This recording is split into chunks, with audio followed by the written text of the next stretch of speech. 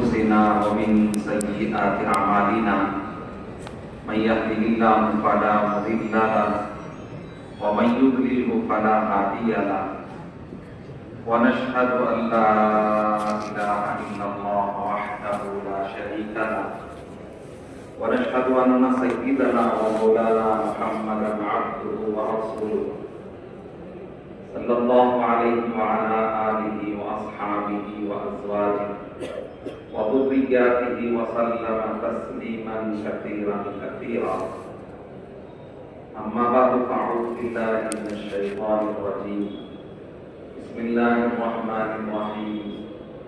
يا أيها الذين آمنوا هل أدلكم على تجارة تنجيكم من عذاب أليم تؤمنون بالله ورسوله وتجاهدون في سبيل الله بأموالكم وأنفسكم ذلكم خير لكم إن كنتم تعلمون يغفر لكم ذنوبكم ويدخلكم جنات تجري من تحتها الأنهار ومساكن طيبة في جنات الأرض ذلك الفوز العظيم وأخرى تحبونها نصر من الله وفتح قريب.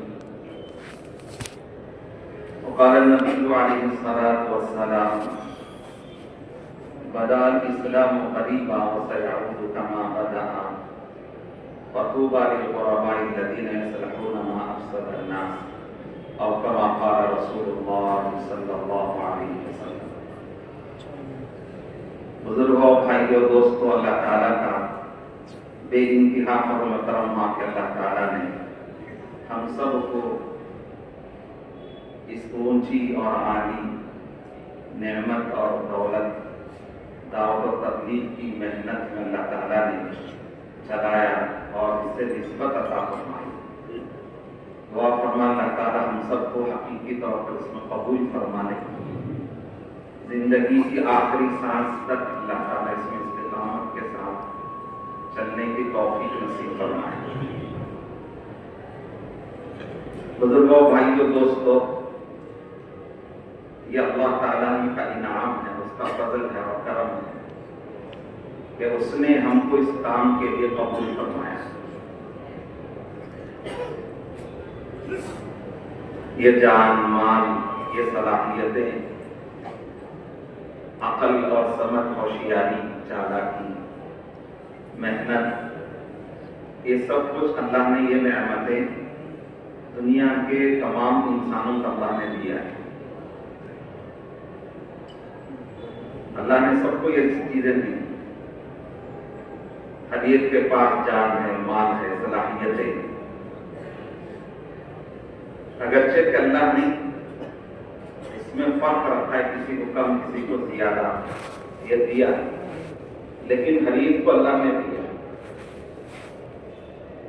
لیکن اللہ نے جس کو جتنا دیا ہے اس میں اللہ تعالیٰ تقاضا فرماتے ہیں کہ ہم نے یہ نعمتیں تم کو جس مقصد کے لیے دی ہیں اس میں لگائیں تو تم اللہ کے چہیتے اور محبوب ترین بندے بن جاؤ. تو میں نے کہا کہ یہ نعمتیں، یہ چیزیں اور یہ صلاحیتیں استعمال کرنے میں دیکھا جائے تو دنیا میں 3 طرح کے لوگ ہیں. کچھ لوگ وہ ہیں جو اس جان و مال کے ذریعے سے، صلاحیتوں کے ذریعے سے وہ خدا کی نافرمانی میں آگے بڑھتے چلے جاتے ہیں، گناہوں میں، خواہشات میں، جی جاتی زندگیوں میں، بلکہ خدا کے احکامات کے توڑنے میں، نافرمانیوں میں، حرام میں، ناجائز چیزوں میں. تو گویا کہ انہوں نے اپنے جان و مال کے ذریعے سے جہنم خرید لی اور اپنے ہاتھوں سے عذاب کو خرید لی. جیسے ہمارے یہاں کہا جاتا ہے اپنے ہاتھوں سے پیروں پر کلہاڑی مارے. تو اس طرح سے یہ اپنے جان و مال کے ذریعے سے خدا کی ناراضگی، خدا کے عذاب کو، جہنم کو گویا خریدا. اللہ کا شکر ہے اللہ نے ہم کو اس جگہ سے بچا دیا، اس پر اللہ کا شکر ادا کریں، الحمدللہ الحمدللہ، یہ اللہ کا شکر ہے۔ غلط ماحول سے، غلط جگہوں سے، غلط اعمال سے، خدا کی نافرمانیوں سے، حرام سے اللہ نے حفاظت فرمائی۔ لیکن اس کے بعد بھی دو قسم کے لوگ ایسے ہیں اس جان و مال میں، کچھ وہ ہیں جو صرف دنیا کے پیچھے اپنے جان و مال کو لگاتے ہیں، اگرچہ کہ مباح اور جائز چیزوں ہی میں لگاتے ہیں یہ جان و مال، محنتیں، کوششیں، لیکن اس کا نتیجہ بھی کیا ہوگا؟ کل قیامت میں اس کا حساب دینا پڑتا ہے کہ ضرورت کے بقدر کتنا لگایا، ضرورت سے زیادہ کتنا لگایا۔ محنت میں ضرورت کے بقدر محنت کی یا ضرورت سے زیادہ کی؟ کیوں؟ اللہ نے جو زندگی دی، جوانی دی، صحت دی، طاقت قوت دی، دیکھنے آنکھ دیا، بولنے زبان دیا، سننے کان دیے، سوچنے سمجھنے دل و دماغ دیا، ہاتھ اور پیر دیے، یہ سب کچھ اس کا دیا ہوا ہے، اور اس نے اس کے لیے اصول بتایا کہ یہ کہاں لگانے سے تمہاری ضرورتوں میں کتنا لگے اور باقی کہاں لگائے۔ تو دوسری قسم کے لوگ بھی یعنی مباح اور جائز چیزوں میں لگا رہے ہیں، لیکن اس کا نتیجہ یہ ہوگا کہ قیامت میں اللہ تعالیٰ پوچھیں گے تم نے دنیا میں نے جو ضرورتیں دی تھی اس کا کتنا لگایا اور ضرورت سے زیادہ کتنا لگایا، وہ بھی قابل گرفت ہوں گے، کیونکہ ضرورت سے زیادہ لگانا یہ اللہ کو پسند نہیں ہے۔ جیسے کھانے پینے میں یہ چیز ہم کو سمجھ میں آتی ہے، کلوا واشربوا ولا تسرفوا، کھاؤ پیو، اسراف نہ کرو، ضرورت سے زیادہ نہ خرچ کرو۔ کیوں اللہ تعالیٰ پسند نہیں کرتے؟ ان اللہ لا یحب المسرفین، ضرورت سے زیادہ کھانے پینے میں پیسہ لگانے، کھانے پینے کو زیادہ بنانے والوں کو اللہ تعالیٰ پسند نہیں کرتے۔ تو یہ صرف کھانے پینے میں نہیں ہے اصول، بلکہ ہر چیز میں ضرورت سے زیادہ وقت کہیں لگانا، ضرورت سے زیادہ اپنی صلاحیتوں کو کسی جگہ لگانا، ضرورت سے زیادہ محنت کسی جگہ کرنا کہ وہاں کی ضرورت کے حساب سے تھوڑی محنت بھی کر لے کافی، جس جگہ پر تھوڑا سا مال لگا دے کافی تھا، وہاں اس سے زیادہ لگانا یہ اسراف کہلاتا ہے، اور اللہ تعالیٰ کی نگاہ میں وہ لوگ ناپسندیدہ ہوتے ہیں۔ کیوں؟ اللہ کہتے ہیں ان اللہ لا یحب المسرفین، اللہ تعالیٰ اسراف، ضرورت سے زیادہ کام کرنے والوں کو، خرچ کرنے والوں کو پسند نہیں فرماتے ہیں۔ یہ ہر چیز میں ہوتا ہے، بول چال میں، اٹھنے بیٹھنے میں، کھانے پینے میں، سب چیزوں میں ہوتا ہے۔ ایک مرتبہ ایک صحابی وضو بنا رہے تھے، حضرت رسول پاک صلی اللہ علیہ وسلم نے ان کو دیکھا کہ وہ 3 سے زیادہ دھو رہے تھے۔ وضو میں 3 مرتبہ دھونا چاہیے نا، سنت، ہاتھ، چہرہ کلی کرنا ہے، ہاتھ دھونا ہے، چہرہ دھونا ہے، کتنی مرتبہ؟ 3 مرتبہ سنت ہے، تو وہ اس سے زیادہ کر رہے تھے۔ تو اللہ کے نبی صلی اللہ علیہ وسلم نے فرمایا کہ یہ کیا اسراف ہے؟ 3 سے زیادہ کرنے سے یہ کیا اسراف ہے؟ ان صحابی نے پوچھا کہ اللہ کی کیا اس میں بھی اسراف ہے، وضو میں بھی اسراف ہوتا ہے؟ آپ نے فرمایا کہ ہاں، چاہے تم سمندر پہ بیٹھے بولو سمندر میں پانی کی کوئی کمی ہے، چاہے کتنی ہی مرتبہ بولو کمی آئے گی، کوئی کمی نہیں آتی، لیکن آپ نے فرمایا کہ تم چاہے سمندر پر بیٹھے، جو ترتیب بتائی گئی ہے جو سنت طریقہ اس سے زیادہ کرنا یہ اسراف ہے۔ تو گویا آپ نے وہاں اس کو بتا رہے ہیں کہ 3 سے زیادہ کریں یہ اسراف ہے، اس سے زیادہ پانی خرچ کر رہے اسے یہ اسراف ہے۔ تو گویا کہ یہ ہر چیز میں، اسی لیے حضرت رسول پاک صلی اللہ علیہ وسلم نے فرمایا من حسن اسلام المرء ترکہ ما لا یعنی، آدمی کے اسلام کی خوبی، آدمی کے اسلام کا کمال کس چیز میں ہے؟ اسلام کے کمال درجے کو کون پہنچے گا؟ ایمان کے کمال درجے کو کون پہنچے گا؟ اللہ کے یہاں جو مطلوب ہے دین میں، اسلام میں، ایمان میں، وہ کون ہے؟ تو آپ صلی اللہ علیہ وسلم نے فرمایا کہ ترک ما لا یعنی، ہر اس چیز کو چھوڑ دے جو بیکار ہے، اس کا کوئی فائدہ نہیں ہے۔ ترک ما لا یعنی، یہ اسلام کی خوبی بتائے۔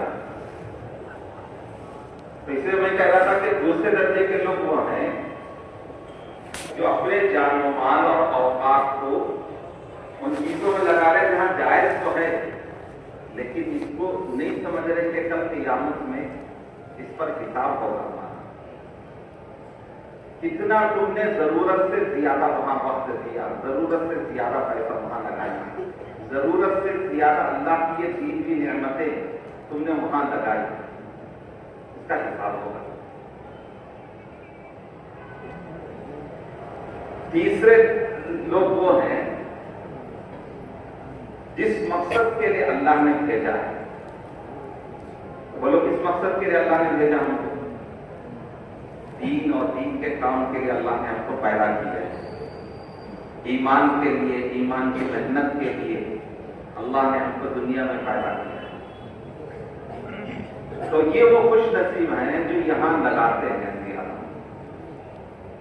کہ جن کا جان، مال، وقت اور صلاحیتیں کہ اس پر لگ رہی ہیں، اور یہاں جتنا زیادہ سے زیادہ لگے گا اس کی قیمت اللہ ادا کرے گا، گویا کہ وہ اس کے بدلے میں جنت خرید رہے ہیں۔ جتنے بول یہاں بول رہے ہیں اللہ کی بڑائی میں، اللہ کی عظمت میں، اللہ کے نبی کی سنتوں کے بارے میں، دین کی خوبیوں کے بارے میں، دین پر چلنے کے بارے میں، آخرت کے بارے میں، یا جتنا بول رہے ہیں ہر بول کا اجر و ثواب، جتنے یہاں قدم چل رہے ہیں ہر قدم کا، یہاں جتنا وقت لگایا جا رہا ہے ہر منٹ اور ہر سیکنڈ پر انعام، اور یہاں جتنا پیسہ لگ رہا ہے یہاں اتنا زیادہ دے، یہاں لمٹ نہیں ہے، یا جو جتنا زیادہ لگائیں گے اتنا۔ ابھی جیسے بتا رہے تھے وہ انسان کہ اللہ کے نبی نے فرمایا کہ عقل مند کون ہے؟ الکیس من دان نفسہ وعمل لما بعد الموت۔ کیوں اللہ نے انسان کو آخرت کے لیے پیدا کیا، دنیا کے لیے نہیں بنایا؟ دنیا میں رہنا کتنا ہے اور یہاں کی زندگی کی حقیقت کیا ہے؟ 60-70 سال، چلو 100 سال، اسی میں بچپنا، اسی میں لڑکپن، اسی میں ادھیڑ پن، اسی میں بڑھاپا، اسی میں بیماریاں، اسی میں پریشانیاں، تو بولو زندگی کا مزہ کہاں ہے؟ صبح اٹھے تو ایک پریشانی، شام ہوئی تو ایک پریشانی، تو یہ زندگی کا مزہ کہاں ہے؟ لا عیش الا العیش الاخر، اللہ کے نبی صلی اللہ علیہ وسلم نے فرمایا دنیا کی زندگی کوئی زندگی نہیں ہے، اصل زندگی تو آخرت کی زندگی، وہاں انسان کو کوئی رنج و غم نہیں، کوئی فکر نہیں، کوئی دکھ درد نہیں، کوئی بے چینی، بے قراری، کوئی پریشانی، حتیٰ کہ رنج و غم بھی نہیں ہوگا۔ بولو کون سی زندگی اچھی ہے؟ یہ دنیا کی جس میں ہمیشہ میرے رہتے ہیں، ہمیشہ پریشانیاں رہتی ہیں۔ تو اس لیے آپ صلی اللہ علیہ وسلم نے فرمایا کہ عقل مند یہ جو اپنے آپ کو پہچان لیا کہ اللہ نے مجھے دنیا میں پیدا کیا تو کیوں پیدا کیا ہے، کس کی تیاری کے لیے پیدا کیا ہے، اور وہ آخرت کے لیے عمل کرتا ہے کہ مجھے آخرت کے لیے اللہ نے پیدا کیا ہے، تو اسے سمجھدار بتایا، ہوشیار بتایا۔ دنیا والے جسے سمجھدار کہتے ہیں نا، وہ اللہ اور اس کے رسول کے نزدیک نادان بے وقوف ہے، جو دین کو چھوڑ کر صرف دنیا کے پیچھے بھاگتا ہے، خوب دولتیں، جائیدادیں اور بینک بیلنس، حتیٰ کہ عہدے اور بادشاہ بھی بن گیا، لیکن دین سے خالی اور صفر ہے۔ لوگ تو کہیں گے کہ بہت بڑا عقل مند ہوشیار، لیکن اللہ اور اس کے رسول کیا کہہ رہے ہیں؟ یہ سب سے زیادہ نادان اور بیوقوف ہے، اس نے اپنی محنت اور صلاحیت ایسی چیز کے پیچھے لگایا جسے یہ چھوڑ کے جائے گا، اس کے ساتھ نہیں آئے گا، یہ صرف چھوڑ کے نہیں جائے گا بلکہ اپنے اوپر اس کا حساب لے کے جائے گا، سر پہ اس کا حساب لے کے جا رہا ہے۔ وہاں پوچھیں گے کہ کیسے کمایا، اتنا جمع کیا تو کیسے، صحیح طریقے سے یا غلط طریقے سے، جھوٹ بول کے دھوکہ دے کے 2 نمبر کے کام کر کے یا صحیح ہمارا حکم کے مطابق کمایا، یہ حساب میں پھنسے گا، اور جتنا کمایا وہ کہاں لگائے، یہ حساب دینا پڑے گا۔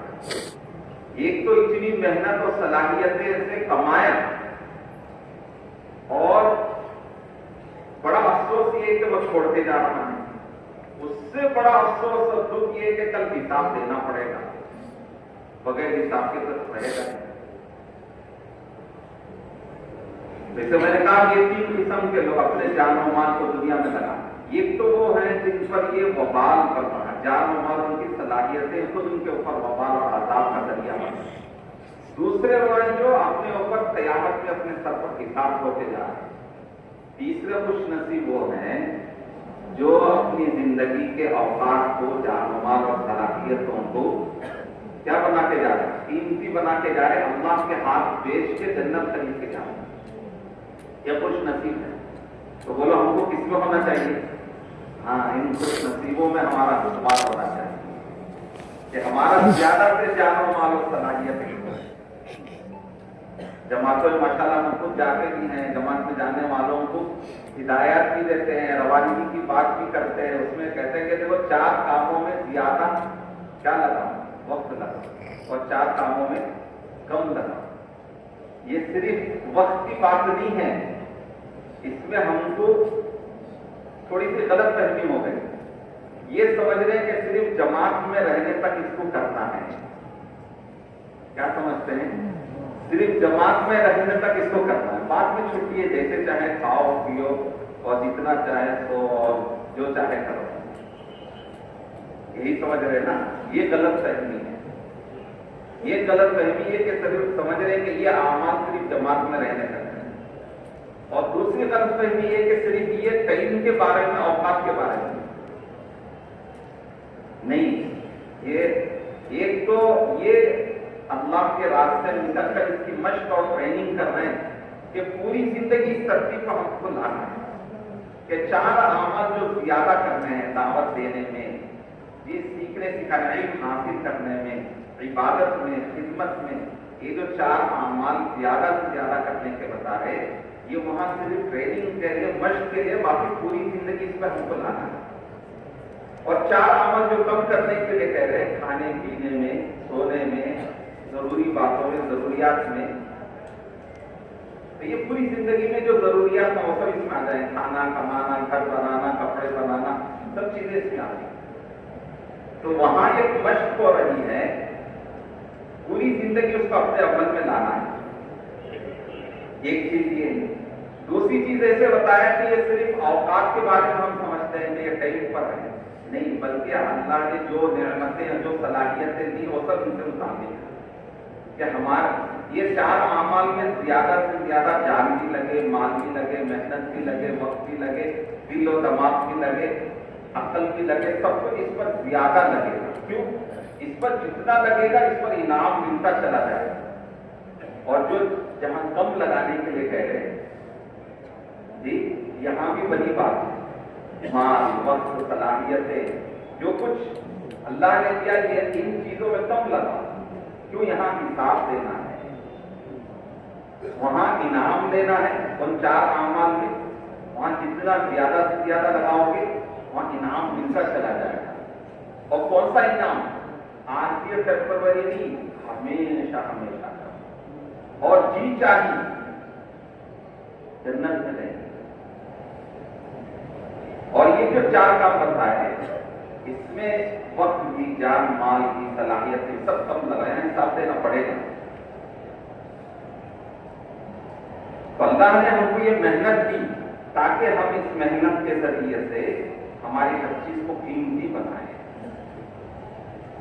ایک کو خود اپنے دین، ہم کو اپنے آپ کو 100% دین پر لانے کے ذریعے سے وہ ایمان اور یقین جو ہم لوگوں کو دعوت دے رہے ہیں وہ ہمارے اپنے اندر پیدا ہو، وہ صفات اور وہ اعمال، وہ اخلاق جس کو ہم لوگوں کو بتا رہے سب سے پہلے ہم پر آئیں، پھر یہ امت کے اندر آئے دوسری ذمہ داری اللہ نے، یعنی خود ہم ہدایت پر آئے اور ساری انسانیت کی ہدایت پر آئے، یہ ذمہ داری اللہ نے ہم کو دی۔ دونوں کے لیے ہم کو کوشش کرنا ہے، دونوں کے لیے اپنا جان اور مال وقت لگانا ہے، اس پر جتنا لگے گا اس کا بدلہ اللہ دے گا، اس کا وعدہ اللہ کرے گا۔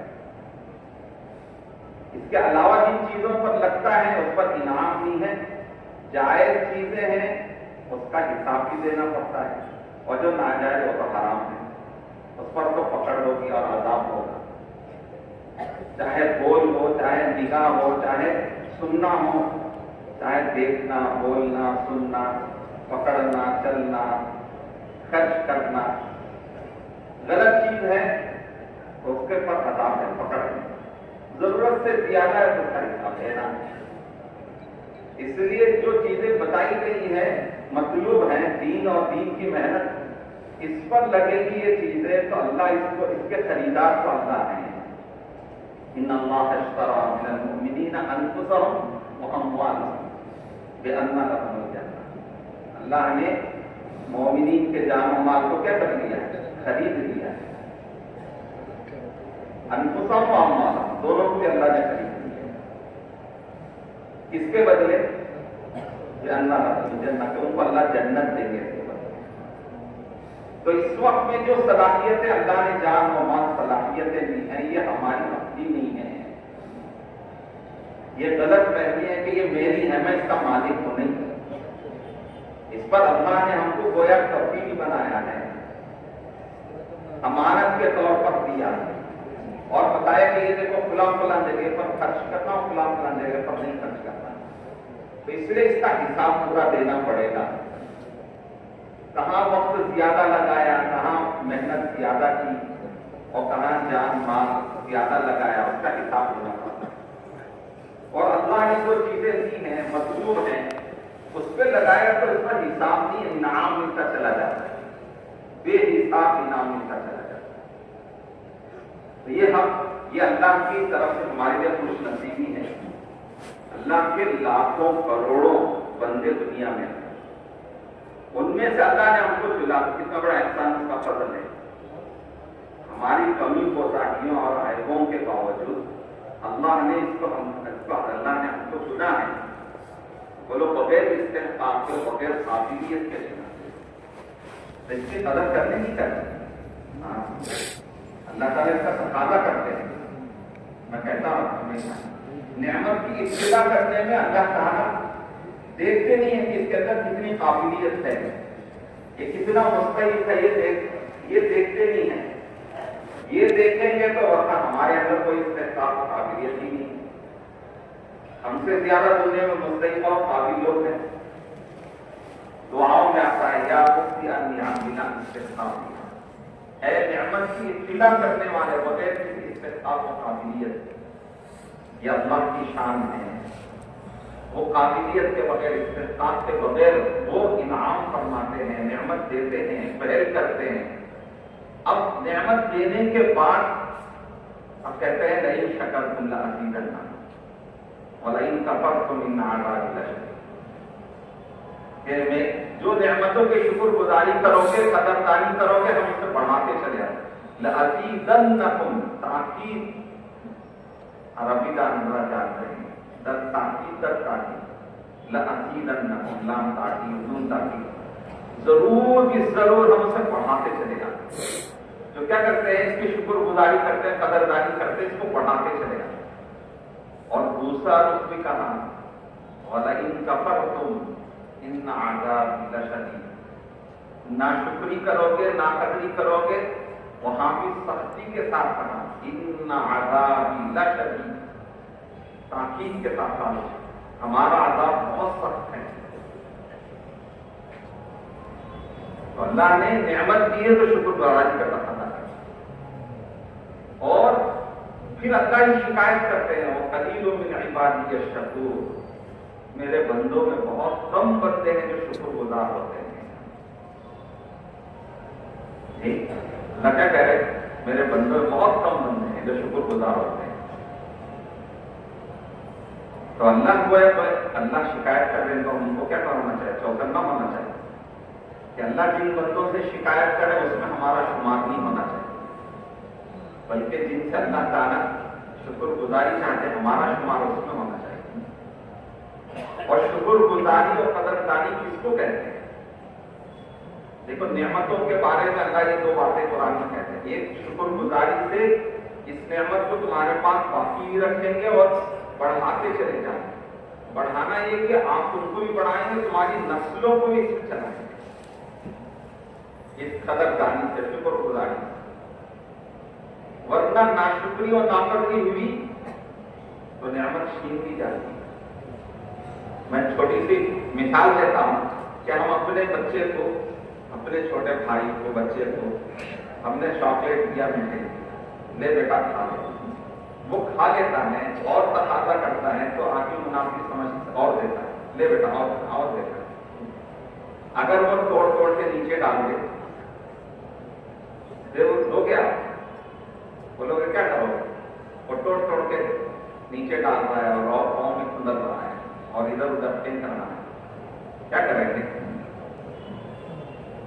چلو کھایا بھی نہیں، ادھر ادھر ڈال دیا، یہ بھی برداشت نہیں ہوگا ہمارے سے.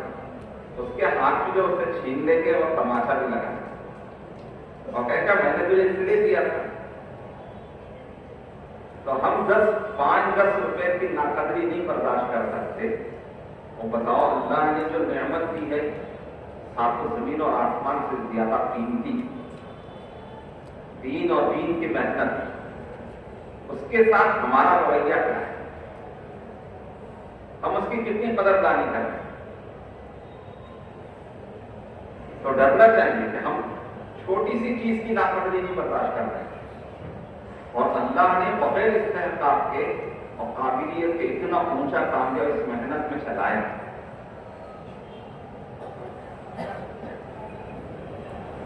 تو اس کی ناقدری سے بچنا یہ. اور دوسرا فرمایا کہ کل قیامت میں اس کا سوال ہوگا، لَتُسْأَلُنَّ يَوْمَئِذٍ عَنِ النَّعِيمِ، ضرور تمہارے سے پوچھا جائے گا نعمتوں کے بارے میں. جب دنیا کی نعمتیں جسے اللہ نے سب کو دے رکھا ہے، ماننے والوں کو بھی نہ ماننے والوں کو بھی، جب ان نعمتوں کا سوال ہوگا تو بتاؤ کہ وہ خاص نعمتیں جسے کروڑوں کو نہیں دیا اللہ نے ہم کو دیا ہے، تو کیا اس کا سوال نہیں ہوگا؟ کیا پوچھیں گے نہیں اللہ کہ میں نے کروڑوں میں سے تم کو چن کر یہ دیا تھا تو تم نے اس کا کیا حق ادا کیا؟ لَتُسْأَلُنَّ يَوْمَئِذٍ عَنِ النَّعِيمِ، ضرور پوچھا جائے گا تم سے نعمتوں کے سلسلے میں. تو اس لیے نعمتوں کی قدردانی کو سمجھنا چاہیے، شکر گزاری کو سمجھنا چاہیے. میں ہمیشہ ایک مثال دیتا ہوں. اللہ نے مال دیا ہے تو مال کی شکر گزاری اور قدردانی کیا ہے؟ مال کی شکر گزاری قدردانی یہ ہے کہ اس میں اللہ کے جو حکم ہیں، احکامات ہیں، اسے سمجھے، اسے پورا کرے، زکات دے، حج کرے، مسجدوں مدارس میں لگائے، اور جب بندوں کے جن حقوق ہیں ان حقوق کو ادا کرے، خیر کے کاموں میں لگائے، اچھے کاموں میں لگائے. تو یہ شکر گزاری. اور اگر اس کے بجائے وہ مال کو خدا کی نافرمانی میں لگا رہا ہے، حرام اور ناجائز جگہ پر لگاتا ہے، خدا کی نافرمانی میں لگاتا ہے، خواہشات میں لگاتا ہے، گناہوں میں لگاتا ہے، تو بولو اس کی شکر گزاری قدردانی ہوگی. چاہے وہ تسبیح لے کے پڑھتا رہے صبح سے شام تک، اے اللہ تیرا شکر ہے تو نے مجھے بہت دیا، اے اللہ تیرا شکر ہے تو نے مجھے بہت دیا، تسبیح لے کے پڑھتا ہے، شکر گزاری ہوگی؟ نہیں ہوگی. کیوں؟ اس لیے کہ اس نعمت کی شکر گزاری اور قدردانی اللہ نے جس مقصد کے لیے دیا اس میں لگانا، یہ اس کی شکر گزاری اور قدردانی ہے. شکر گزاری کے 3 درجے ہیں. ایک زبان سے کہنا، ایک دل سے بھی کیفیت ہو، دل سے بھی اللہ کی شکر گزاری کی کیفیت پیدا ہو جائے کہ بغیر استحقاق کے اللہ نے مجھے یہ دیا ہے. اور پھر جو شکر کا آنا اور جو اللہ کی یہاں مطلوب ہے وہ یہ ہے کہ جس کام کے لیے اللہ نے جو نعمت دی ہے وہاں لگانا. یہ نعمت کی شکر گزاری اور قدردانی. تو جو جس آدمی کو اللہ نے مال دیا وہ بیکار کی چیزوں میں لگا رہا ہے، جی خواہشات میں لگا رہا ہے، جی چاہی لگا رہا ہے، یا صرف اپنے پاس مال رکھ لیا اس میں اللہ کے جو حقوق ہیں وہ نہیں ادا کرتا ہے، بندوں کے جو حقوق ہیں وہ نہیں ادا کرتا ہے، اور صرف زبان سے کہتا ہے کہ تیرا شکر ہے اللہ تو نے بہت دیا. تو اس کے بارے میں آپ کیا کہہ رہے ہیں؟